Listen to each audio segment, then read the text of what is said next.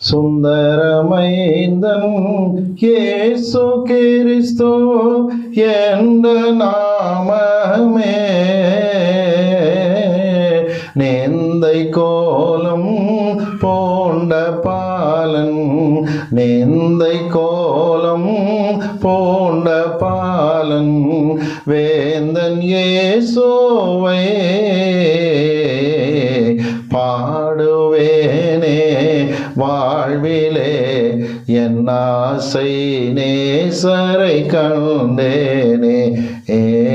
பாடுவேனே வாழ்விலே என் ஆசை இயேசுவை கண்டேனே. பிதாவே, இந்த அருமையான வேலைக்காக நன்றி. சத்தியத்தை தியானிக்க வந்திருக்கிற எங்களோடு கர்த்தருடைய பிரசன்னம் இருந்து எங்களை பலப்படுத்தும்படிக்கு நாங்கள் ஜெபிக்கிறோம். நாங்கள் பகிர்ந்து கொள்ளுகிற வார்த்தைகள் ஆசீர்வாதமாய் இருக்கத்தக்கதாக பரிசுத்த ஆவியானவர் கிரியை செய்யும்படிக்கு நாங்கள் ஜெபிக்கிறோம். பொறுப்பேற்றுக் கொள்ளும் இயேசு கிறிஸ்துவின் நாமத்தில் ஜெபம் கேளும் அல்ல பிதாவே, ஆமென்.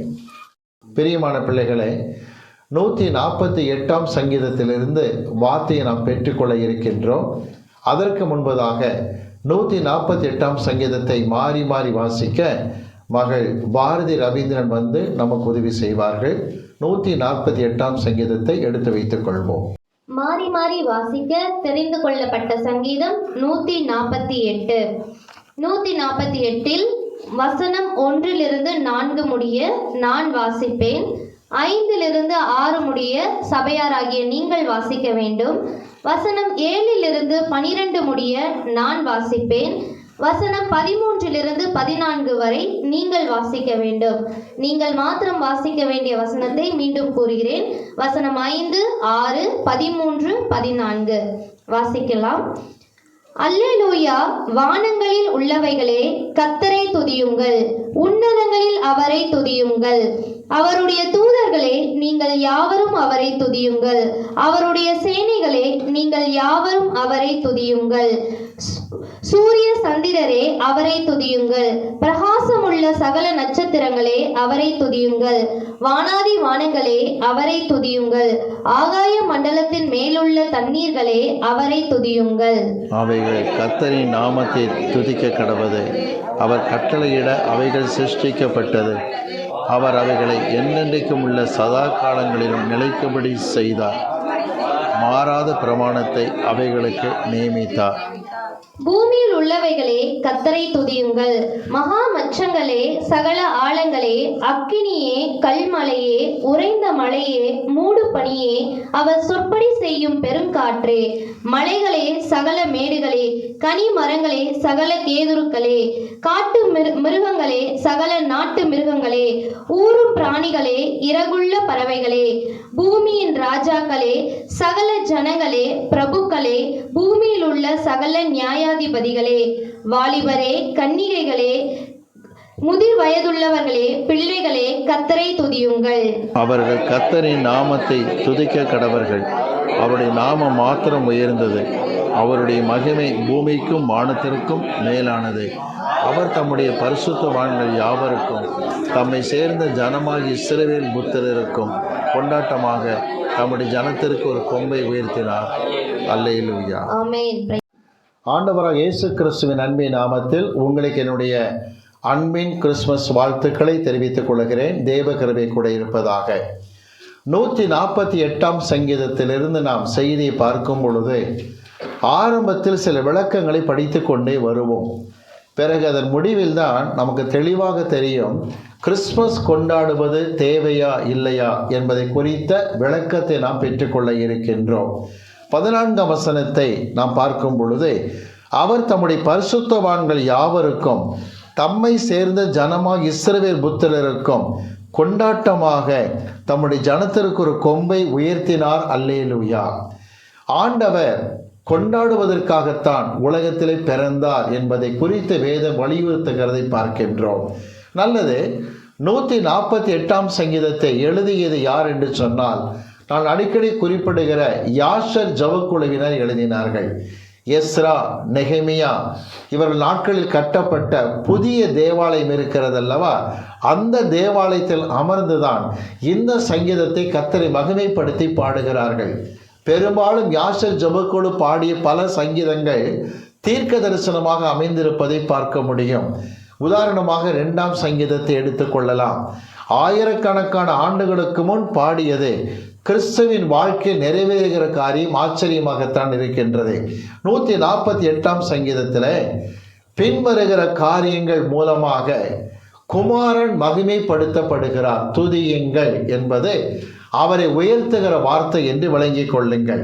148ஆம் சங்கீதத்தில் 1ஆம் வசனம் பாருங்கள், வானங்களில் உள்ளவைகளே. 4ஆம் வசனம் பாருங்கள், வானாதி வானங்களே. வானங்களில் உள்ளவைகளே, வானாதி வானங்களே என்று சொல்லுகிறாரே. மொத்தம் எத்தனை வானங்கள் இருக்கிறது என்றால் 3 வானங்கள் என்று வேதம் சொல்லுகிறது. சிலர் சொல்லுகிறது போல 7 வானங்கள் 9 வானங்கள், அப்படி அல்ல. தேவன் 3 வானங்களை உருவாக்கி இருக்கின்றார். 3ஆம் வானத்திலே தேவ ராஜ்யம் இருந்து கொண்டிருக்கிறது. 2ஆம் வானத்திலே இப்பொழுது பிசாசு இருந்து கொண்டிருக்கின்றான். முதல் வானத்தில் நாம் பார்க்கிற சூரிய சந்திர நட்சத்திர கிரகங்கள் காணப்படுகின்றன. இவைகளால் கிறிஸ்து மகிமைப்பட்டாரா? ஆம், மகிமைப்பட்டார். முதலாவதாக பாருங்கள், 3ஆம் வானத்தில் இருக்கக்கூடிய பரலோகத்தை குறித்து நான் சொல்ல விரும்புகின்றேன். 148ஆம் சங்கீதம் 2ஆம் வசனத்தை வாசிக்க நாம் கேட்போமா? அவருடைய தூதர்களே, நீங்கள் யாவரும் அவரை துதியுங்கள். அவருடைய சேனைகளே, நீங்கள் யாவரும் அவரை துதியுங்கள். தூதர்களே, சர்வ சேனைகளை, பரலோகத்திற்கிறதான சேனைகளே, அவரை மகிமைப்படுத்துங்கள். தூதர்கள் மூலமாக 3ஆம் வானத்தின் தூதர் மூலமாய் கிறிஸ்து மகிமைப்பட்டாரா என்று கேட்டால் லூக்கா சுவிசேஷம் 1ஆம் அதிகாரம் 26ஆம் வசனத்தை நாம் வாசிக்க கேட்போம். லூக்கா 1:26. 6ஆம் மாதத்திலே காபிரியேல் என்னும் தூதன் கலிலேயாவில் உள்ள நாசரேத் என்னும் ஊரில், பாருங்க, காபிரியேல் என்கிற தூதன் நாசரேத் ஊருக்கு மரியாள் இல்லத்திற்கு செல்லுகின்றார். தூதன் கிறிஸ்துவின் கவனிங்க பிறப்பை மகிமைப்படுத்துகிறார் என்றால் 3ஆம் வானத்தின் தூதர்கள் கிறிஸ்துவை குறித்து துதிக்கிற பிள்ளைகளாக இருக்கின்றார்கள். அதே லூக்கா சுவிசேஷத்தில் 2ஆம் அதிகாரம் 9ஆம் வசனத்தை பார்க்கும் பொழுது லூக்கா 2:9 வாசிக்கிறோம், கேட்போம். அவ்வேளையில் கர்த்தருடைய தூதன் அவர்களிடத்தில் வந்து நின்றான். மேய்ப்பர்களுக்கு கர்த்தருடைய தூதர்கள் வந்து நின்று கவனிங்க பேசுகிற காட்சியை பார்க்கின்றீர்கள். மத்தேயு சுவிசேஷம் எடுத்துக்கொள்வோம். மத்தேயு சுவிசேஷம் 1ஆம் அதிகாரம் மத்தேயு 1:20ஆம் வசனத்தை வாசிக்க நாம் கேட்போம். அவன் இப்படி சிந்தித்துக் கொண்டிருக்கையில் கர்த்தருடைய தூதன் சொப்பனத்தில் அவனுக்கு காணப்பட்டு, யோசேப்பிற்கு கர்த்தருடைய தூதன் காணப்படுகிறார். கவனியுங்கள், யோசேப்போடு பேசுகிறார் தூதன், மரியாள் கூட பேசுகின்றார், மெய்ப்பர்களுக்கு தூதன் பேசுகிறார், பயப்பட வேண்டாம் என்று. லூக்கா சுவிசேஷத்தில் 2ஆம் அதிகாரத்தில் 13-14 வசனத்தை படிக்கும் போது லூக்கா 2:13-14, அந்த சனமே பரமசேனையின் திரள் அந்த தூதனுடனே தோன்றி, தூதனோடு கூட பரமசேனையின் திரள் தோன்றி பிரகாசமான ஒரு வெளிச்சத்தில் மெய்ப்பர்களுக்கு தொடர்ந்து வார்த்தை அறிவிக்கிறதை பார்க்கிறீர்கள். ஏன் சொல்ல வர தெரியுமா? தூதர்களே, வானாதி வானங்களின் ஆரம்பிக்கிறார். 3ஆம் வானத்தில் இருக்கிற அத்தனை பேரும் கிறிஸ்துவை மகிமைப்படுத்துகிறதை குறித்து பார்க்கிறீர்கள். மார்க் 1:13 சொல்லுகிறது, வனாந்தரத்தில் இயேசு உபவாசம் பண்ணி ஜெபித்து கொண்டிருக்கும் பொழுது தேவ தூதர்கள் அவருக்கு பணிவிடை செய்தார்கள். மார்க் 1:13 வசனத்தை வாசிக்க நாம் கேட்போம். அவர் வனாந்தரத்திலே 40 நாள் இருந்து சாத்தானால் சோதிக்கப்பட்டு அந்த காட்டு மிருகங்களின் நடுவிலே சஞ்சரித்துக் கொண்டிருந்தார். தேவ தூதர்கள் அவருக்கு ஊழியம் செய்தார்கள். தேவ தூதர்கள் கிறிஸ்துவை மகிமைப்படுத்துகிற காட்சியை பார்க்கிறீர்கள். நல்லது. இப்ப நம்ம அடுத்த குறிப்புக்கு வருவோம். 148ஆம் சங்கீதத்தில் வானாதி வானங்கள் என்று பார்க்கின்றோமே. 2ஆம் வானத்தில் என்ன இருக்கிறது என்றால் பிசாசின் சேனை இருக்கிறது. பிசாசின் சேனை கிறிஸ்துவை மகிமைப்படுத்தியதா? ஆம், மகிமைப்படுத்தியது. வாசிக்கலாமா? லூக்கா சுவிசேஷம் 4ஆம் அதிகாரத்துக்கு வாருங்கள். லூக்கா சுவிசேஷம் 4ஆம் அதிகாரம் 41ஆம் வசனத்தை வாசிக்க நாம் கேட்போம். பிசாசுகளும் நீர் தேவனுடைய குமாரனாகிய கிறிஸ்து என்று சத்தமிட்டு அநேகரை விட்டு புறப்பட்டது. நல்ல கவனிங்க, பிசாசுகளும் தேவகுமாரனாக கிறிஸ்துவை அறிக்கையிட்டு வெளியே புறப்பட்டு போகிறதை பார்க்கின்றோம். ஆம், இரண்டாம் வானத்தில் இருக்கிற பிசாசும் தேவனை, அவர் குமாரன் இயேசு கிறிஸ்துவை தேவகுமாரனாக உயர்த்தி பேசுகிறதை பார்க்கிறீர்கள். லூக்கா 8ஆம் அதிகாரத்தில் பாருங்கள், 28ஆம் வசனத்தை பார்க்கும் பொழுது லூக்கா 8:28. அவன் இயேசுவை கண்டபோது கூக்குரலிட்டு அவருக்கு முன்பாக விழுந்து, இயேசுவே, உன்னதமான தேவனுடைய குமாரனே. பாருங்க, லேகியோன் பிசாசு பிடித்த பொழுது அந்த வாலிபன் கத்துகிறான், உன்னதமான தேவகுமாரனை என்று கத்துகிறான். ஒன்று புரிந்து கொண்டீர்களா? இரண்டாம் வானத்தில் இருக்கிற பிசாசும் கர்த்தரை மகிமைப்படுத்தி கொண்டிருக்கிற காட்சியை பார்க்கிறீர்கள். திரும்ப சொல்லுகின்றேன், மூன்றாம் வானத்தில் இருக்கிறதான கவனிங்க, பரலோகத்தின் சர்வ சேனையும் கர்த்தரை மகிமைப்படுத்துகின்றது. இரண்டாம் வானத்தில் இருக்கிறதான கவனிங்க, பிசாசம் என்ன செய்கின்றான்? கர்த்தரை மகிமைப்படுத்தி தான் பேசுகிறான். உன்னதமான தேவகுமாரனாக அறிக்கை செய்கிற காட்சியை நாம் பார்க்கின்றோம். அடுத்து நாம் பார்க்கலாமா? 148ஆம் சங்கீதத்தில் 3ஆம் வசனத்தில், சூரிய சந்திரரே அவரை துதியுங்கள். இது எங்க இருக்கு தெரியுமா? இருக்கு, நாம் பார்க்கிற முதலாம் வானத்தில் இருக்கு. சூரியன், சந்திரன், நட்சத்திரங்கள் முதலாம் வானத்தில் இருக்கின்றன. முதலாம் வானத்தில் இருக்கிறதான இவைகள் கர்த்தரை மகிமைப்படுத்துகிறதா என்று கேட்டால், மத்தேயு சுவிசேஷம் 2ஆம் அதிகாரத்தில் 2ஆம் வசனத்தை வாசிக்க நாம் கேட்போம். மத்தேயு 2:2 வாசிக்க கேட்போம். யூதருக்கு ராஜாவாக பிறந்திருக்கிறவர் எங்கே? கிழக்கிலே அவருடைய நட்சத்திரத்தை கண்டு. நட்சத்திரம் இயேசு கிறிஸ்து பிறந்ததை அறிவுறுத்துகிறது. சரித்திரத்தின்படி சொல்லுகிறேன், இந்திய பாரசீக எல்லையிலே இன்றைக்கும் கூட மேகங்களே இல்லாத வெறும் வானம் எப்பொழுதும் காணப்படும். அதில் கரையான் புற்றிலே கரையான் மொய்ப்பது, அந்த சின்ன சின்ன புழுக்கள், அந்த பூச்சிகள் இருக்கிறது போல அப்படி கூட்டம் கூட்டமாக நட்சத்திரங்கள் இருக்கும்.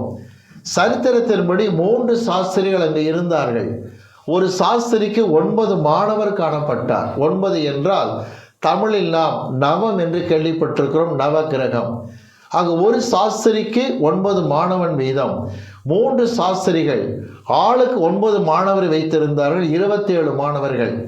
அவர்களுக்கு பயிற்சி கொடுக்கிறார்கள். நட்சத்திரங்களை குறித்த ஸ்டடி நடக்கிறது.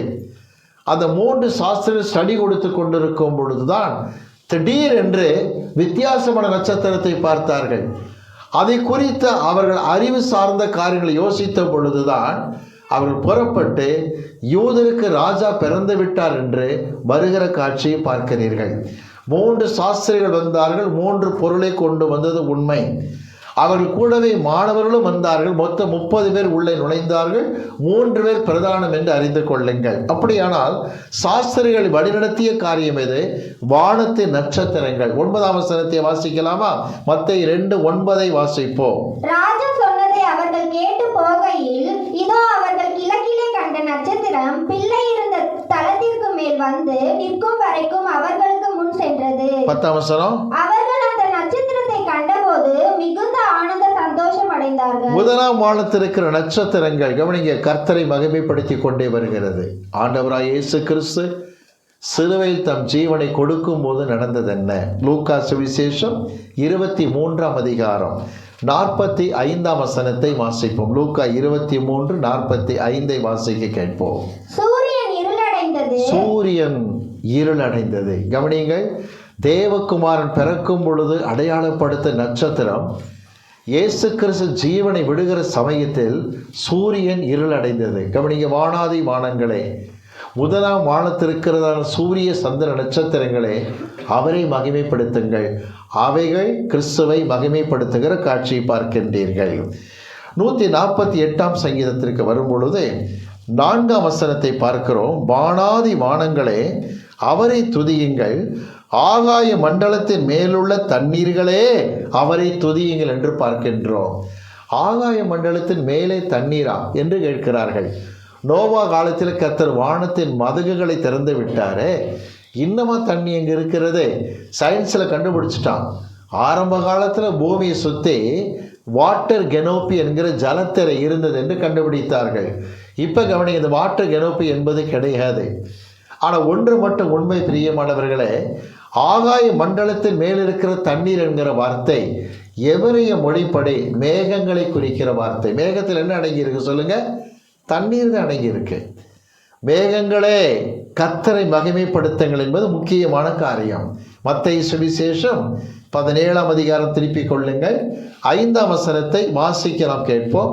மத்தேயு 17:5 வாசிக்க நாம் கேட்போம். அவன் பேசுகையில் இதோ ஒளியுள்ள ஒரு மேகம் அவர்கள் மேல் நிழலிட்டது. மேகம், கவனிங்க, மறுரூப மலையிலே கிறிஸ்துவை மகிமைப்படுத்தி நிழலிடுகிற காட்சியை பார்க்கிறீர்கள்.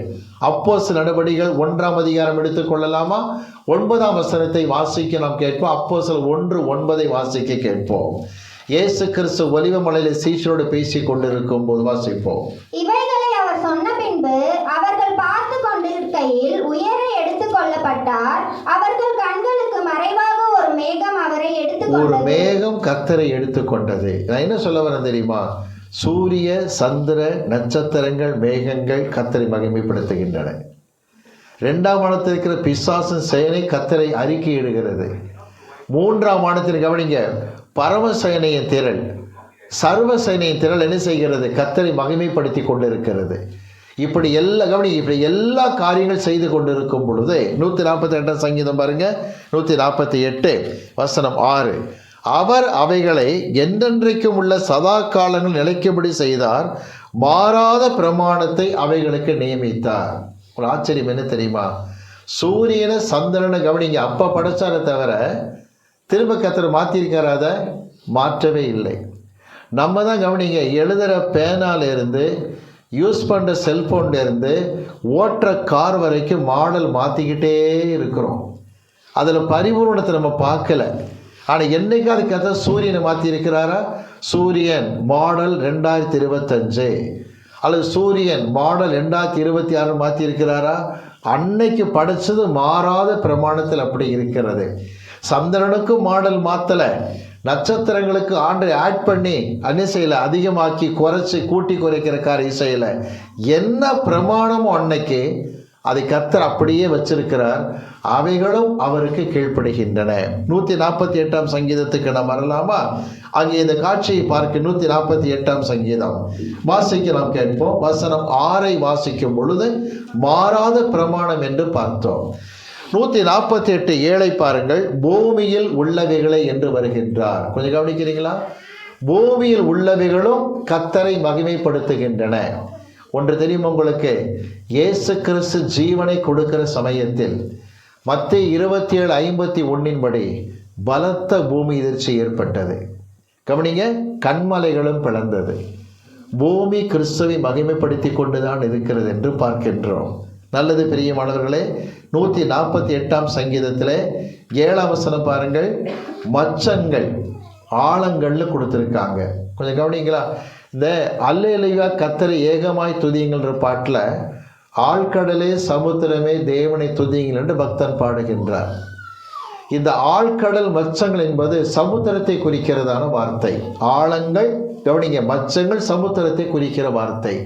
அவைகள் கர்த்தரை மகிமைப்படுத்துகிறதா? ஆமாம், மகிமைப்படுத்துகிறது. வாசிக்கலாமா? லூக்கா சுவிசேஷம் 5ஆம் அதிகாரம் எடுத்துக்கொள்ளுங்கள். 4ஆம் வசனத்தை வாசிக்க கேட்போம். லூக்கா 5:4. அவர் போதகம் பண்ணி முடித்த பின்பு சீமோனை நோக்கி, ஆழத்திலே தள்ளி கொண்டு போய் மீன் பிடிக்கும்படி உங்கள் வலைகளை போடுங்கள். ஆழத்திலே தள்ளி கொண்டு போய் வலையை போடு என்றார். 6ஆம் வசனம் பாருங்கள். திரள் மீன்களை பிடித்தார்கள். லூக்கா 5:6 சொல்லுகிறது, திரளான மீன்களை பிடித்தார்கள். கவனிங்க, ஆழங்கள் யாரை மகிமைப்படுத்துகிறது? கர்த்தரை மகிமைப்படுத்துகிறது என்று விளங்கிக் கொள்ளுங்கள். வாசிக்கலாமா? மத்தேயு சுவிசேஷம் 17ஆம் அதிகாரம் எடுத்துக்கொள்ளலாம். 27ஆம் வசனத்தை வாசிக்க நாம் கேட்போம். மத்தேயு 17:27. ஆகிலும் நாம் அவர்களுக்கு இடரலா இராதபடிக்கு நீ கடலுக்கு போய் தூண்டில் போட்டு முதலாவது அகப்படுகிற மீனை பிடித்து அதன் வாயை திறந்து பார். ஒரு வெள்ளி பணத்தை காண்பாய். அதை எடுத்து எனக்காகவும் உனக்காகவும் அவர்களிடத்தில் கொடு என்றார். இது யாராவது சாதிக்க முடியுமா? மீன், அது கடல்ல இருக்கிற அலைகளை வச்சு இந்த வகை மீன் இருக்குன்னு சொல்லிக்கலாமே தவிர, நீ போய் முதல் மீனை பிடி, வெள்ளி பணத்தை காண்பாய்னா கடலில் இருக்கிறதான மச்சங்கள் கிறிஸ்துவை மகிமைப்படுத்துகிறது. வெள்ளி பணத்தை கவனிங்க பேதுரு எடுத்தார், வரி பணமாக கட்டினார். வாசிக்கலாம். மத்தேயு சுவிசேஷம் 14ஆம் அதிகாரம் எடுத்துக்கொள்ளுங்கள். 25ஆம் வசனத்தை வாசிக்க கேட்போம். மத்தேயு 14:25. இரவின் 4ஆம் ஜாமத்திலே இயேசு கடலின் மேல் நடந்து சமுத்திரத்தின் மேல் இயேசு கிறிஸ்து நடக்கிறார். பிசிக்ஸ்ல படிச்சிருப்பீங்க, திடப்பொருள் திரவ பொருள்ல மூழ்கும். ஆனா இயேசு கிறிஸ்து கடல் மீது நடக்கின்றார். நல்ல கவனி, திரும்ப சொல்லுகிறேன், இரும்பு கோடரியை கர்த்தர் மிதக்க பண்ணுகிற தேவன். விளங்குதுங்களா? திரும்ப சொல்லுகின்றேன், ஆண்டவர் கடல் மேல் நடக்கின்றார். சமுத்திரம், மச்சங்கள், ஆழங்கள் கிறிஸ்துவை மகிமைப்படுத்துகிற காட்சி பார்க்குறீங்க. 148ஆம் சங்கீதம் பாருங்க, 8ஆம் வசனத்தை வாசிக்கும் போது 148 8ஆம் வசனத்திலே அவர் சொற்படி செய்யும் பெருங்காற்றே. கிறிஸ்துவின் சொற்படி எது செய்தான்? பெருங்காற்று செய்கிறது. வாசிக்கலாம், எடுத்துக்கொள்ளுங்கள். மத்தேயு சுவிசேஷம் 8ஆம் அதிகாரம் எடுத்துக்கொள்ளலாம். 24ஆம் வசனத்தை வாசிக்கலாம். மத்தேயு 8:24. அப்பொழுது படகு அலைகளினால் மூடப்படத்தக்கதாய் கடலில் பெருங்காற்று உண்டாயிற்று. பெருங்காற்று ஏற்பட்டது. இயேசு கிறிஸ்து படகின் பின்னணியத்தில் நித்திரையாக இருக்கிறார். கவனிங்க, சீஷர் படகுல பயணம் பண்ணிட்டு இருக்கிறாங்க. பெருங்காற்று உண்டானது. வாசிக்கலாம். 26ஆம் வசனம் 27ஆம் வசனத்தை வாசிக்க கேட்போம். அதற்கு அவர், அற்ப விசுவாசிகளே, ஏன் பயப்படுகிறீர்கள் என்று சொல்லி எழுந்து காற்றையும் கடலையும் அதட்டினார். உடனே மிகுந்த அமைதல் உண்டாயிற்று. அந்த மனுஷர்கள் ஆச்சரியப்பட்டு, இவர் எப்படிப்பட்டவரோ, காற்றும் கடலும் இவருக்கு கீழ்ப்படுகிறதே என்றார். அவர் சொற்படி செய்யக்கூடிய பெருங்காற்று. ஹல்லேலூயா. காற்றும் கடலும் அவர் சொன்னதை அப்படியே செய்கின்றன. வாசிக்கலாமா? 148ஆம் சங்கீதத்தில் 9ஆம் வசனம் பாருங்கள். கனிமரங்களே என்கிற வார்த்தையை பயன்படுத்துகிறார். கனிமரங்களே கர்த்தரை துதியுங்கள் என்று பார்க்கின்ற கனிமரங்களும் கர்த்தரை மகிமைப்படுத்துகின்றன. வாசிக்கலாம். மத்தேயு சுவிசேஷம் 21ஆம் அதிகாரம் எடுத்துக்கொள்ளுங்கள். 21ஆம் அதிகாரம் 18ஆம் வசனத்திலிருந்து வாசிக்கலாம், கேட்போம். மத்தேயு சுவிசேஷம் 21ஆம் அதிகாரம் 18லிருந்து வாசிக்கலாம், கேட்போம். காலையிலே அவர் நகரத்துக்கு திரும்பி வருகையில் அவருக்கு பசி உண்டாயிற்று. அப்பொழுது வழியருகே ஒரு அத்திமரத்தை கண்டு அதினின்று போய் அதிலே இலைகளை அன்றி வேறொன்றையும் காணாமல், இனி ஒரு காலம் உன்னிடத்தில் கனி உண்டாகாது இருக்க கடவது என்றார். உடனே அத்திமரம் பட்டு போயிற்று. கனிமரங்கள் கர்த்தருடைய வார்த்தை கட்டுப்பட்டவை. இலைகளாக நீங்க என்னைக்கு அத்தி மரத்துல பழம் இருக்கோ அப்பதான் இலைகளும் இருக்கும். சீசனே இல்லை, அந்த மரத்துல இலைகளாக இருக்கும்படி கர்த்தர் ஒரு மரத்தை வைத்திருக்கிறார். பக்கத்துல போனா இலைகளாக பார்க்கிறார், கனி இருக்கணுமே, கனி இல்லை, சபிக்கிறார், உடனே பட்டு போயிற்று. சீசன் இல்லாத நேரத்தில் சில பேர் இலைகளாக ஷோ காட்டுவான், பக்கத்தில் போன என்ன இருக்காது? கனி இருக்காதுன்னு அர்த்தம். இப்படி மாய்மாலம் பண்ணுகிறவன் சபிக்கப்பட்டு போவான் என்பது சத்திய வார்த்தை. திரும்ப சொல்லுகின்றேன், கனிமரங்கள் உணர்த்துகிற பாடம் இதுதான். கனிமரங்களே கர்த்தரை துதியுங்கள். 148ஆம் சங்கீதம் பாருங்கள். 10ஆம் வசனம் என்ன சொல்லுகிறது? காட்டு மிருகங்களே அவரை துதியுங்கள். 148:10 வாசிக்கலாமா? மார்க்கு சுவிசேஷம் 1ஆம் அதிகாரம் 13ஆம் வசனம் என்ன சொல்லுகிறது? மார்க்கு 1:13. அவர் வனாந்திரத்திலே 40 நாள் இருந்து சாத்தானால் சோதிக்கப்பட்டு அங்கே காட்டு மிருகங்களின் நடுவிலே சஞ்சரித்துக் கொண்டிருந்தார். காட்டு மிருகத்தின் நடுவில் கவனிங்க, கிறிஸ்து 40 நாள் இருந்தார். கையில AK-47 கன் வைக்கல, தீவட்டி வச்சிருக்கல, எந்த ஆயுதமும் கிடையாது. காட்டு மிருகங்கள் கர்த்தரை மகிமைப்படுத்துகிற காட்சியை பார்க்கிறீர்கள். வாசிக்கலாமா? 148ஆம் சங்கீதம் 10ஆம் வசனத்தில் நாட்டு மிருகங்களே என்று பார்க்கின்றோம். நாட்டு மிருகங்களே. மார்க்கு சுவிசேஷம் வாங்க 11ஆம் அதிகாரத்துக்கு வரலாமா? மார்க்கு 11 2ஆம் வசனத்தை வாசிக்க நாம் கேட்போம். வசனம் 2ஐ வாசிக்க கேட்போம். உங்களுக்கு எதிரே இருக்கிற கிராமத்துக்கு போங்கள். அதில் பிரவேசித்த உடனே மனுஷர் ஒருவரும் ஒரு காலும் ஏறியிராத ஒரு கழுதை குட்டி கட்டி இருக்க காண்பீர்கள். அதை அவிழ்த்து கொண்டு வாருங்கள். அடுத்த வசனம். ஏன் இப்படி செய்கிறீர்கள் என்று ஒருவன் உங்களிடத்தில் கேட்டால், இது ஆண்டவருக்கு வேண்டும் என்று சொல்லுங்கள், உடனே அதை அவ்விடத்துக்கு அனுப்பிவிடுவான் என்று சொல்லி அவர்களை அனுப்பினார். நேரா போனாங்க சீஷர். கரெக்டா கழுத குட்டியை பார்த்தாங்க, கவனிங்க, அவிழ்த்தாங்க. கேள்வி கேட்கப்பட்டது. கவனிக்கிறீங்களா? கேள்வி கேட்கப்பட்டது. ஆண்டவருக்கு வேணும்னாங்க அந்த உரிமையாளர் சரின்னார். ஒன்று தெரியுமா உங்களுக்கு, கழுதையை அவுத்துட்டு எங்கே போனாலும் திரும்ப கட்டின இடத்துக்குத்தான் வருவது யூதர் பழக்கி வைத்திருக்கிற பழக்கம். இதே நம்ம அஜமட்டி பக்கம் இருக்கிற இந்த மலையில் பாருங்களேன், ஆடுகளை மேய விடுறாங்க, மாடுகளை மேய விடுறாங்க, திரும்ப என்ன செய்யும், அந்த இடத்துக்கு வந்து நிற்கும். அது மாதிரி தான் கழுதையை பழக்கி இருக்காங்க. இயேசு கிறிஸ்து கழுதை மேலே ஏறினார். நடந்த அற்புதம் என்ன தெரியுமா? கழுதை மீது ஏறிய பொழுது சரித்திரம் சொல்லுகிறது, குருத்தோலைகளை பிடித்து கொண்டு கர்த்தரை எல்லாரும் மகிமைப்படுத்திக்கிட்டு இருக்கும்போது நிறைய பேருக்கு செய்தி பரவிடுச்சு. இவர் என்ன பண்ண போகிறாரு, இவர் மேசியான்னு காட்டி தன்னை ராஜாவாக காட்டி பிலாத்துவின் அரண்மனைக்கு போய் என்னன்னு கேள்வி கேட்க போகிறாருன்னு சரித்திரத்தில் கொடுத்துருக்காங்க. 2 லட்சம் பேர் திரண்டு பின்னாடி வந்துக்கிட்டே இருக்கிறாங்க. கழுதை போய்கிட்டு இருக்கு, கட்டின இடத்துக்குத்தான் கழுதை போகணும். ஆனால் கண்ட்ரோல் யார்கிட்ட இருக்கு, ஆண்டவர்கிட்ட இருக்கு. கழுதை போய்கிட்டு இருக்கும்போது சரித்திரத்தில் கொடுத்துருக்காங்க, வலது பக்கம் அரசாங்கத்தில் நியமிக்கப்பட்ட போடப்பட்ட நல்ல பிரதான சாலை இருக்கிறது. சாலை வழியாக போனால் பிலாத்து இருக்கிற அந்தோனியா கோட்டைக்கு போய்விடும். அங்கே தான் போகிறாரு, பின்னாடியே வராங்க. ஆனால் கழுதை பாருங்க, கட்டண இடத்துக்கும் போகலை, நேராக போய்கிட்டே இருந்தது. வலது பக்கம் திரும்பி இருந்ததுன்னா அந்தோனியா கோட்டை. ஆண்டவர் கோட்டைக்கு கீழே நின்றுக்கிட்டு, பிலாத்துவை இறங்கி வா, பதவி எனக்கு கொடு கேட்டிருக்கலாம், மேசியாவாச்சே, அதுக்கு தான் பின்னாடி எல்லாம் வர்றாங்க, ராஜ்யத்தை பிடிக்க போகிறாருன்னு. ஆனால் இடது பக்கம் கழுதை திரும்புது பாருங்க, கரடு முரடான கல் மேடாக இருக்கிற பாதை, குறுகலான பாறைகள் இருக்கின்றன, அதில் குனிந்து போக வேண்டிய தருணம். கரெக்டாக அதில் கழுதை நுழையும் போது எங்கே போகுதுன்னு பார்த்தா எருசலேம் தேவாலயத்தை நோக்கி போகுது. கண்ட்ரோல் யார்கிட்ட இருக்கு, கர்த்தர்கிட்ட. சரித்திரம் சொல்லுகிறது, அப்படி திருமண உடனே வந்த கூட்டம் எல்லாம் பின்வாங்கிடுச்சு.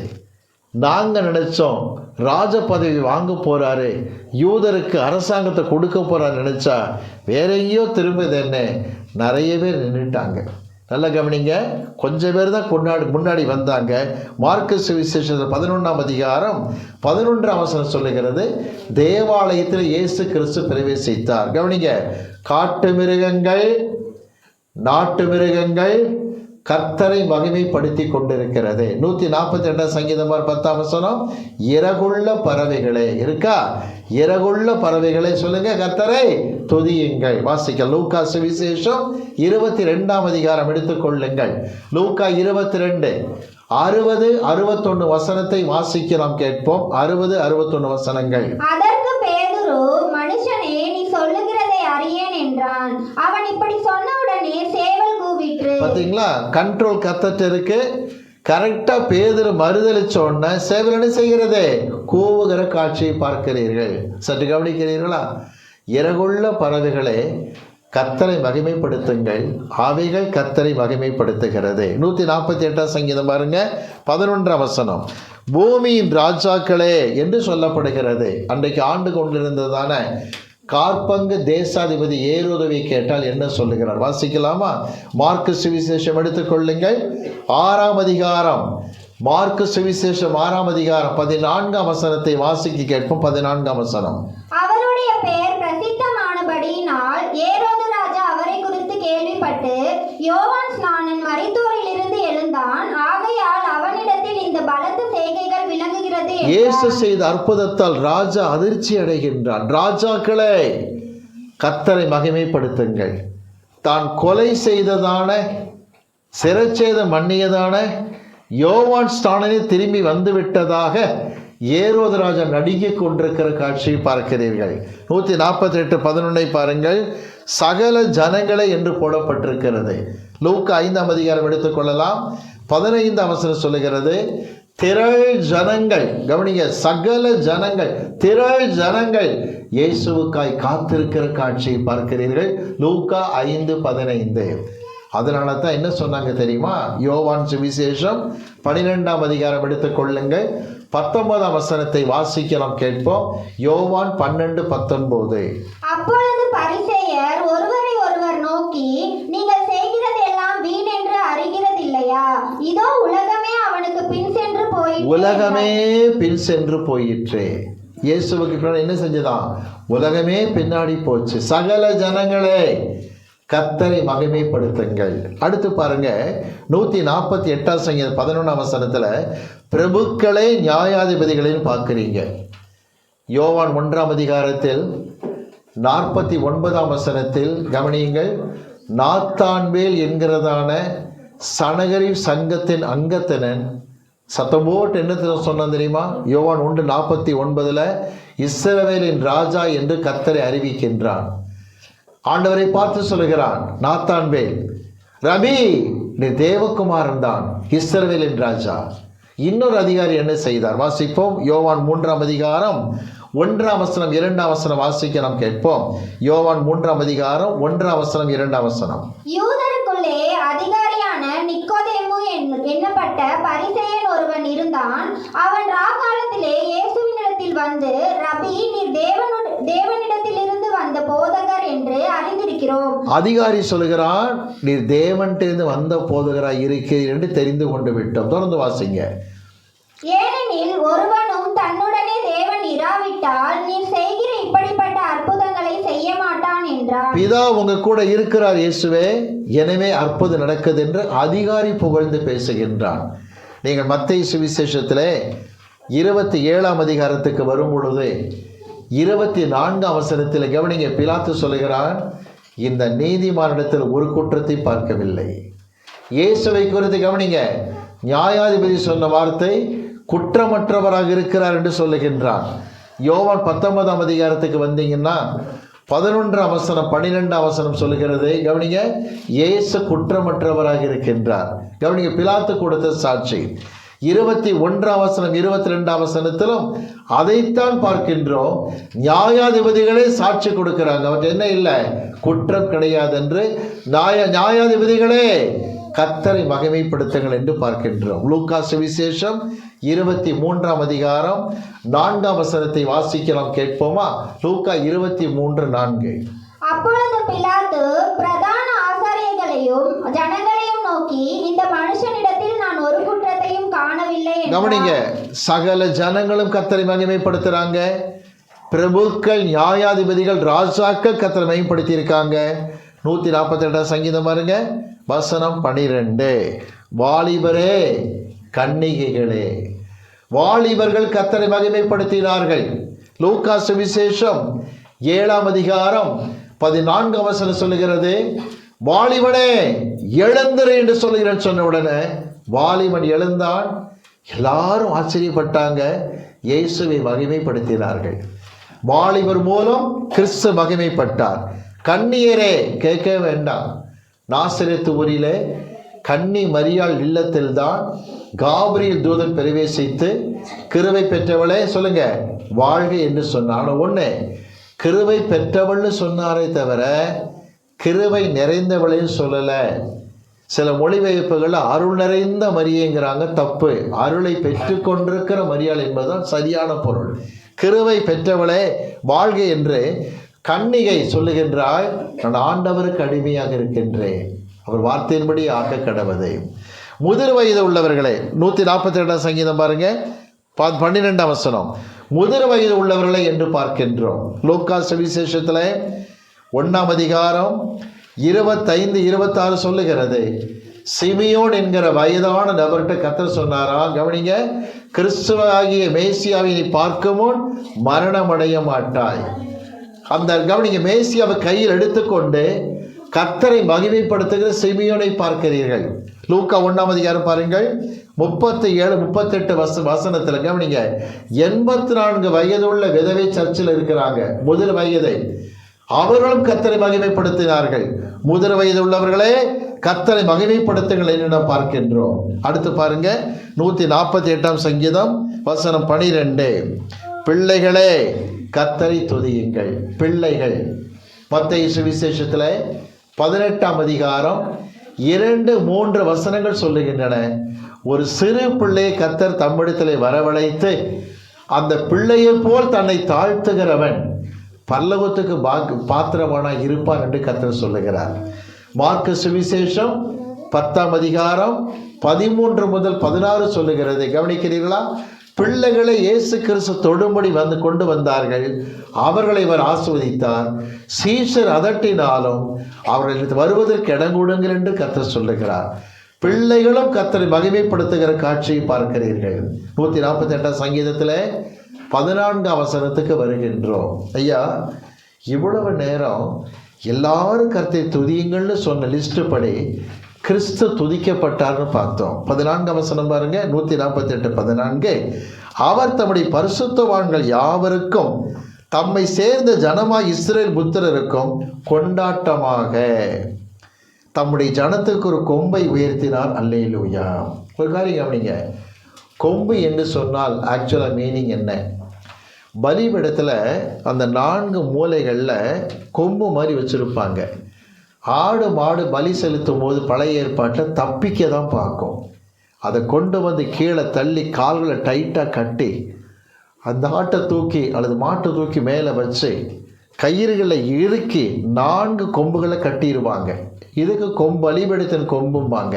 ஆனால் இங்கே பைபிளில் ஒரு கொம்பை உயர்த்தினார்னு சொல்லப்பட்டிருக்கல்லவா? அந்த கொம்பு என்கிற வார்த்தைக்கு எபிரேய மொழி கொடுக்கிற அர்த்தம் என்ன தெரியுமா?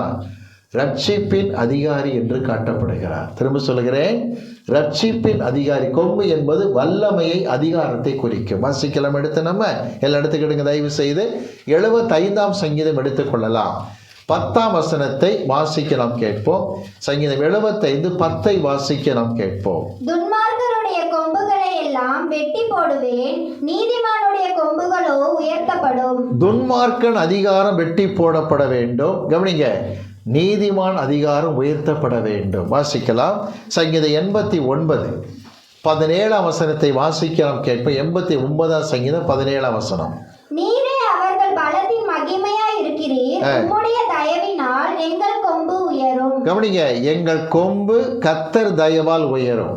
உங்களுக்கு தேவன் கொடுத்திருக்கிற கவனிங்க அதிகாரம் கர்த்தரால் உயரும் என்று விளங்கிக் கொள்ளுங்கள். 24 வசனத்தை வாசிக்கலாமா? 89 24. என் உண்மையும் என் கிருபையும் அவனோடு இருக்கும், என் நாமத்தினால் அவன் கொம்பு உயரும். ஆண்டு சொல்லுகிறார் தீர்க்க தரிசனமாக தாவீது குடும்பத்தை குறித்து பேசும்போது கர்த்தருடைய வல்லமையினால் அவர்களுடைய கொம்பு அதிகாரமானது உயர்த்தப்படும். ஐயா, ஆண்டவர் கொம்பை ஏற்படுத்தின வார்த்தைக்கு அர்த்தத்தை பார்த்துக்கிட்டு வரோம். கொம்பு என்றால் ரட்சிப்பின் அதிகாரி என்று காட்டுகிறது என்று பார்த்தோம். எடுத்து நம்ம வாசிக்கலாமா? லூக்கா சுவிசேஷம் 1 அதிகாரம் எடுத்துக்கொள்ளுங்கள். 75 வசனத்தில் என்ன சொல்லப்படுகிறது? யோவான் ஸ்நானன் தகப்பன் சகரியா என்ன சொன்னார் என்று பார்க்கலாமா? லூக்கா 1:75. தம்முடைய தாசனாகிய தாவீதின் வம்சத்திலே நமக்கு இரட்சணிய கொம்பை ஏற்படுத்தினார். எந்த கொம்பா சொல்லுங்க? ரட்சிப்பின் கொம்பாக ஏற்படுத்துகிறார் கிறிஸ்துவை. ஆகவே தான் சிமியோன் சொன்னார், கிறிஸ்துவாகி குழந்தை கையில் ஏந்தி கொண்டு தேவரே ஏற்படுத்தின இரட்சண்யத்தை என் கண்கள் கண்டது என்று லூக்கா 2:32 சொல்லுகிறார். லூக்கா 2:11 என்ன சொல்லுகிறது? தேவ தூதர் என்ன சொல்றாங்க? இன்றைக்கு பெத்லகேமில் யார் பிறந்திருக்கார்? ரட்சகர் பிறந்திருக்கிறார். கவனி, இயேசு கிறிஸ்து ரட்சகர், ரட்சிப்பின் அதிபதியாய் காணப்படுகின்றார். அத்தனை தெரியுமா? இயேசுவை அன்றி யாரும் இரட்சகராக இருக்க முடியாது. எவரும் இரட்சகராக இருக்க முடியாது. அவர் ஒருவர் தான் ரட்சிப்பின் அதிபதியாக இருக்கின்றார். மத்தேயு சுவிசேஷத்தில் 1:21 சொல்லுகிறது, யோசேப்பு மரியாளுக்கு பிறக்க போகிற குழந்தைக்கு கவனிங்க இயேசு என்று பெயர் வை. இயேசு அத்தனை தெரியுமா? ரட்சகர். தமது ஜனங்களின் பாவங்களை நீக்கி அவர்களை ரட்சிப்பார். லூக்கா 1:31 மரியாளுக்கு சொல்லப்பட்ட வார்த்தை, மரியாளே அவருக்கு இயேசு என்று பெயர் வைப்பாயாக. நல்ல கவனி, திரும்ப சொல்கிறேன். யோசேப்புக்கும் சொல்லியாச்சு இயேசுன்னு பேர் வைங்கன்னு, மரியாளுக்கும் சொல்லியாச்சு பேர் வைங்கன்னு. லூக்கா 2 அதிகாரத்துக்கு வரலாமா? 21 வசனத்தில் இந்த சத்தியத்தை பெற்ற கவனிங்க யோசேப்பு மரியாளும் குழந்தைக்கு என்ன பேர் வச்சாங்க? வாசிக்கலாமா? லூக்கா 2:21. பிள்ளைக்கு விருத்த சேதனம் பண்ண வேண்டிய 8ஆம் நாளிலே அது கர்ப்பத்திலே உற்பவிக்கிறதற்கு முன்னே தேவதூதனால் சொல்லப்பட்டபடியே அதற்கு இயேசு என்று பெயரிட்டார்கள். இயேசு என்கிற பெயரை வைத்து கவனி. இயேசு அர்த்தம் தெரியுமா? ரட்சகர். எபிரேய மொழியில் ஜெஷுவான்னு சொல்லுவாங்க. மரியாள் கூட தன் குமாரன் இயேசு கிறிஸ்துவை ஜெசுவா என்று தான் கூப்பிடுவார்கள். ரட்சகர், கவனிங்க, ரட்சகர் என்பது பொருளாகும். சரி, இப்போ முக்கியமான காரியத்துக்கு வரேன். முதலாம் கவனிங்க, ஆதாம் தோட்டத்திலே கனியை பறித்து புசித்து தவறு செய்தபடியினால் வெட்கத்தோடு வெளியே வருகிறான் தன் மனைவி ஏவாள் கூட. அப்போ ஆண்டவர் கவனிக்கிறீங்களா, ஒரு நம்பிக்கை ஏற்படுத்தினார். கஷ்டத்தோடு தோட்டத்தை விட்டு வர ஒன்று சொல்கிறேன், நாள் ஒன்று வரும் என் குமாரன் அனுப்பப்படுவார். சொன்ன வார்த்தை என்ன தெரியுமா? பிசாசே, நீ அவர் குதிகாலை நசுக்குவாய், அவர் உன் தலையை நசுக்கத்தான் போகின்றார். அது மட்டும் ஆண்டு செய்யலை, ஒரு மிருகமானவராக இயேசு கிறிஸ்து தோட்டத்தில் இருந்தார்.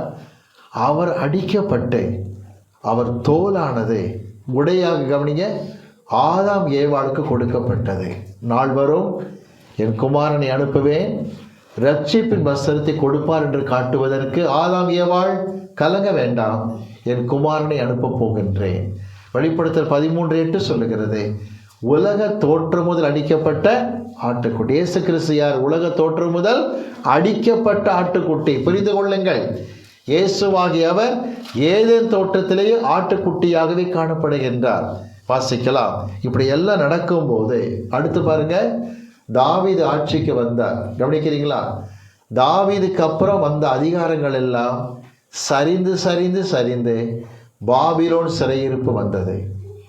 எனவே கவனிங்க, தூதன் சொல்கிறார் மரியாளுக்கு, பிதாவாகிய தேவன் இயேசு கிறிஸ்துவுக்கு தாவீதின் சிங்காசனத்தை கொடுப்பார்னு சொன்னார்.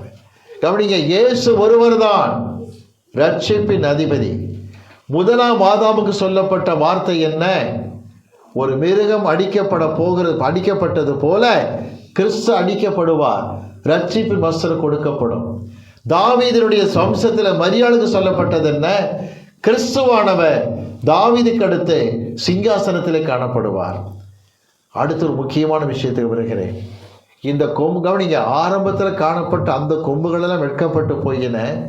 கிறிஸ்துவாகி கொம்பை குறித்து என்ன விளக்கம் இருக்குது? வாசிக்கலாமா? எசேக்கியேல் புஸ்தகம் திருப்பிக் கொள்ளுங்கள். எசேக்கியேல் புஸ்தகம் 29ஆம் அதிகாரத்துக்கு வாருங்கள். 29ஆம் அதிகாரம் 21ஆம் வசனத்தை வாசிக்கலாம், கேட்போம். எசேக்கியேல் 29:21. அந்நாளிலே நான் இஸ்ரவேல் வம்சத்தாரின் கொம்பை முளைக்க பண்ணி அவர்கள் நடுவிலே தாராளமாய் பேசும் வாயை உனக்கு கட்டளையிடுவேன், அப்பொழுது நான் கர்த்தர் என்று அறிந்து கொள்வார்கள் என்றார். என்ன தீர்க்க தரிசனம் தெரியுமா? இயேசுவாகி ரட்சிப்பின் கொம்பு இஸ்ரவேல், கவனிங்க, ஜனநமத்தில் வருவார், தாராளமாய் பேசுகிற அதிகாரத்தை கர்த்தர் அவருக்கு கொடுப்பார்னு போட்டிருக்கு. இப்போ வாசிங்க பார்ப்போம். மார்க்கு சுவிசேஷம் 8ஆம் அதிகாரத்துக்கு வாங்க. 32ஆம் வசனத்தை வாசிப்போம். மார்க் 8:32. 8:32 வாசிக்கிறோம், கேட்போம். இந்த வார்த்தையை அவர் தாராளமாக சொன்னார். தாராளமாய் கிறிஸ்து பேசுகிறார். வாசிக்கலாமா? யோவான் சுவிசேஷம் 7ஆம் அதிகாரம் 26ஆம் வசனம். யோவான் 7:26 வாசிக்கிறோம், கேட்போம். யோவான் 7:26. இதோ இவன் தாராளமாய் பேசுகிறானே, ஒருவரும் இவனுக்கு ஒன்றும் சொல்லுகிறதில்லை. இயேசு கிறிஸ்து, கவனிங்க, ரட்சிப்பின் அதிகாரி, தாராளமாய் பேசுகிறார். எசேக்கியேல் சொன்ன வார்த்தை அவர் வாழ்க்கையில நடக்கிற நிகழ்ச்சியை குறித்து நாம் பார்க்கின்றோம். முடிவாக சொல்லுகின்றேன், 148:14 சொல்லுகிறது, இந்த கொம்பு ரட்சிப்பின் கொம்பு நாம் கொண்டாடுவதற்காக கொடுக்கப்பட்டார். யாருக்கு? 148:14 பாருங்க. தம்முடைய பரிசுத்தவான்கள் யாவருக்கும் தம்மை சேர்ந்த ஜனமாகி இஸ்ரவேல் புத்திரருக்கு கொண்டாட்டமாக. கவனிங்க, இஸ்ரவேல் தன்னுடைய சொந்த ஜனம் என்று கர்த்தர் உபாகமம் 7:6 சொல்லுகின்றார். ஆனால் அடுத்த வார்த்தை என்ன தெரியுமா? பரிசுத்தவான்கள். நீங்கள் ரோமருக்கு எழுதப்பட்ட நிருபத்திலையும் கவனிங்க, கொரிந்திய நிருபத்தில் படித்தீங்கன்னா அந்த புறஜாதியிலிருந்து கன்வெர்ட் ஆனவங்களுக்கு பவுல் சொல்லுகிறார், கொரிந்து சபையின் பரிசுத்தவான்கள், கவனிங்க, ரோமாபுரியின் பரிசுத்தவான்கள் சொல்லுகிறார். ஐயா, பரிசுத்தவான்களுக்கு கொண்டாட்டம், இஸ்ரவேல் ஜனங்களுக்கு கொண்டாட்டமாய் கொடுக்கப்பட்டார்.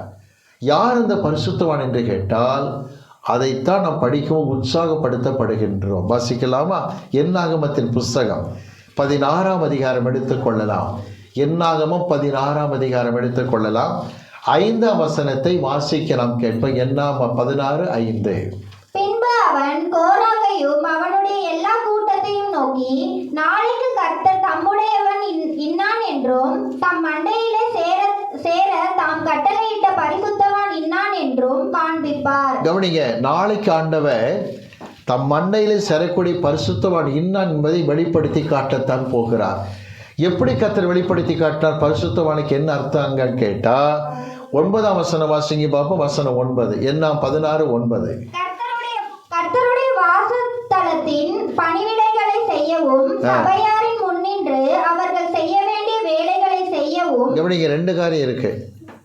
கர்த்தருடைய ஆலயத்தில் எல்லா பணிவிடைகளை செய்கிற தேவ பிள்ளைகள் பரிசுத்தவான் என்று கர்த்தர் காட்டுகின்றார். நம்பர் 2, சபையிலே கர்த்தருடைய வேலையை சபையார் முன்பதாக செய்கிறவர்கள் கர்த்தருடைய பரிசுத்தவான்கள். பெத்லகேம் திருச்சபை மக்களை பார்த்து கேட்கிறேன், நீங்கள் எந்த பட்டியலில் இருக்கிறீங்கன்னு பார்த்துக்கிடுங்க. ஒரு பட்டியல் பாருங்க, கர்த்தருடைய ஆலயத்தில் பணிவிடை செய்தல். உண்மையிலேயே சில வாலிமான பிள்ளைங்க இங்கே இருக்கிறாங்க, அவர்களை நான் கனம் பண்ண விரும்புகின்றேன். அவர்கள் கர்த்தருடைய ஆலயத்தில் நிறைய பணிவிடை செய்கிறாங்க. நேற்று கூட வாலிமான பிள்ளைகள் இந்த சீரியல் செட் இது பண்ணுறதுலேருந்து சர்ச்சை பராமரிக்கிற காரியத்தில் ஒருங்கிணைந்து செயல்படுகிற காட்சியை பார்த்தேன். அத்தனை தெரியுமா? அவர்கள் பரிசுத்தவான் என்று பைபிளில் போட்டிருக்கு. அவருடைய ஆலயத்தில் பணிவிடை செய்கிறவர்கள். இன்னொன்று, அது என்ன 16:9 பாருங்க, சபைக்கு முன்பதாக வேலை செய்கிறவர்கள், சபையார் பார்க்க வேலை செய்கிறவர்கள். சில அருமையான பிள்ளைங்க இருக்கிறாங்க, சகோதரி இல்லாத பொறுப்படு சில வேலைகளை செய்யும்போது சபையிலே மற்ற மக்கள் பார்க்க எல்லா பணிவிடை செய்வார்கள். பைபிளை போட்டிருக்கு, ஆலயத்தின் பணிவிடையை செய்கிறவர்கள் பரிசுத்தவான்கள், சபையார் முன்பதாக வேலைகளை செய்கிறவர்கள் பரிசுத்தவான்கள். அவர்களுக்கு கொண்டாட்டமாக ரட்சிப்பின் கொம்பு கொடுக்கப்பட்டிருக்கிறார். நல்ல கவனிங்க, என்ன 16:9 சொல்லுகிறது? உங்களை கர்த்தர் இதற்காகவே வேறு பிரித்து கொண்டு வந்திருக்கின்றார். ஆக நமக்கு உற்சாகம் என்ன தெரியுமா? ஒரு கேள்வி கேட்கிறேன், கிறிஸ்துமஸ் கொண்டாடலாமா வேண்டாமான்னு கேட்டால் 148:14 சொல்லுகிறது, தாராளமாக கொண்டாடலாம். எப்படி? யாருக்கு கொண்டாட்டம்? அது அவருடைய ஜனங்களாகிய இஸ்ரவேலருக்கு கொண்டாட்டம். நம்பர் 2, பரிசுத்தவான்களுக்கு கொண்டாட்டம். ஐயா, யார் பரிசுத்தவான்கள்? தெரிந்து கொள்ளப்பட்டவர்கள். எப்படி தெரிந்து கொள்ளப்பட்டவர்கள்? புரிந்து கொள்ள திரும்ப சொல்லுகின்றேன், ஆலயத்தில் பணிவிடை செய்கிறவர்கள். அடுத்து சபையார் முன்பதாக பல வேலைகளை செய்கிறவர்கள். இவர்களே தெரிந்து கொள்ளப்பட்டவர்கள், இவர்களே பரிசுத்தவான்கள். இவர்கள் தாராளமாக கிறிஸ்துமஸ் என்ன செய்யலாம்? சொல்லுங்க, கொண்டாடலாம். மற்றபடி எந்த ஒரு வேலையிலும் பங்கெடுக்காம அப்படி அழகாக வந்து போகிறவங்களா இருந்தீங்கன்னா கொண்டாடுறது வேடிக்கை பார்த்துக்கிட்டு இருக்க வேண்டியது தான்.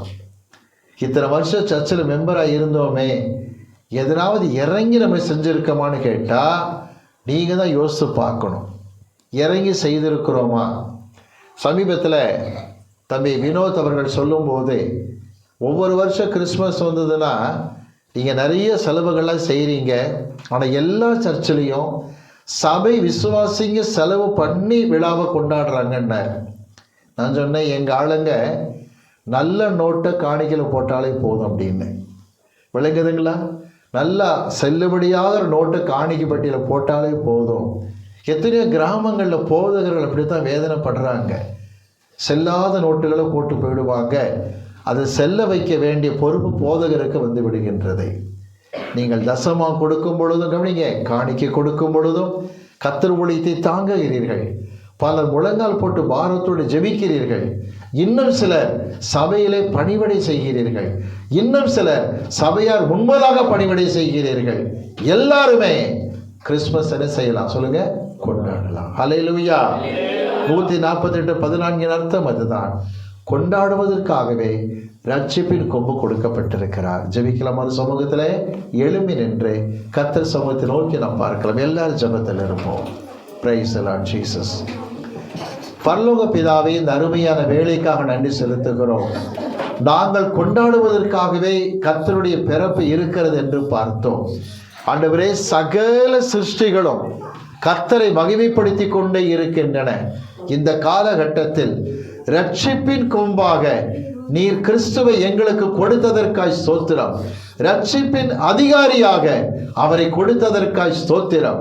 சபையிலே பணிவிடை செய்கிறவர்கள் சந்தோஷப்படலாம், சபையார் முன்பதாக பணிவிடை செய்கிறவர்கள் சந்தோஷப்படலாம், கர்த்தருடைய ஜனங்கள் சந்தோஷப்படலாம் என்று சொல்லிவிட்டீரப்பா. நாங்கள் இது கர்த்தருடைய நாமத்துக்கு மகிமையாக கொண்டாட தேவ கிருபை எங்கள் கூட இருந்து பாதுகாத்துக் கொள்ளட்டும். வந்த ஒவ்வொருவரையும் ஆசீர்வதியும். இயேசுவின் நாமத்தில் ஜெபம் கேளும் அல்ல பிதாவே, ஆமென்.